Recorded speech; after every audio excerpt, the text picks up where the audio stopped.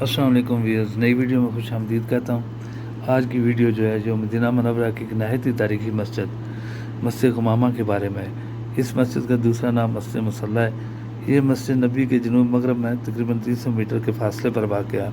آپ بآسانی پیدل چل کر اس کی زیارت کر سکتے ہیں۔ رسول اللہ صلی اللہ علیہ وسلم آپ نے حجات طیبہ کے آخری سالوں میں اس مسجد کو عیدگاہ بنا دیا تھا اور یہاں پر اپنی وفات تک اسی میں عید کی نمازیں ادا فرماتے رہے۔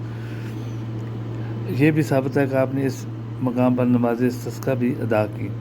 ایک دفعہ آپ صلاۃ الاستسقاء کی ادائیگی کے دوران مشغول تھے کہ ایک بادل نے آ کر آپ کے اوپر دھوپ سے بچنے کے لیے سایہ کیے رکھا۔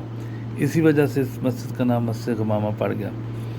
ایک دفعہ نبی صلی اللہ علیہ وسلم سیدنا ابو ہریرہ رضی اللہ تعالیٰ عنہ سے روایت ہے کہ آپ نے اپنے صحابہ کرام کو سیدنا نجاشی رضی اللہ تعالیٰ عنہ جو کہ حبشہ کے بادشاہ تھے ان کی وفات کی خبر دی۔ جس دن وہ فوت ہوئے اسی دن اس کی خبر دی اور پھر آپ اپنے صحابہ کرام رضی اللہ تعالیٰ عنہم کو لے کر یہاں پہ تشریف لے آئے اور اسی میدان میں ان کی غیبانہ نماز جنازہ ادا فرمائی اور 4 تکبیریں گئیں۔ سب سے پہلے یہ مسجد جو ہے یہ سیدنا عمر بن عبدالعزیز کے زمانے میں تعمیر ہوئی جب وہ یہاں کے گورنر تھے۔ بعد میں خلیفہ راشد بھی بنے۔